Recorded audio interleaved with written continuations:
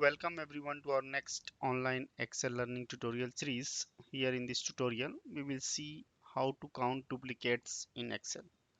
So in column B, you can see the names, and in this column, we have some duplicate names.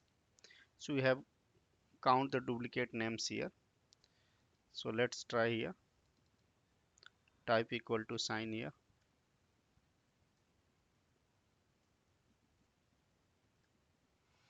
Then enter formula count if here.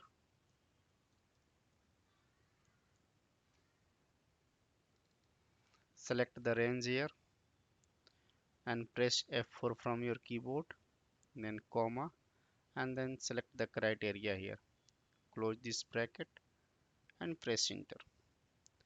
Select this cell and drag it down. Now filter on any name here.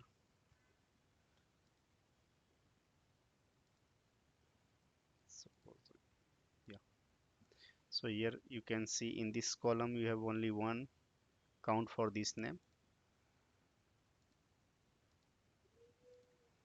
and you can see we have a total 4 count for this name. So by this way you can count duplicates in Excel.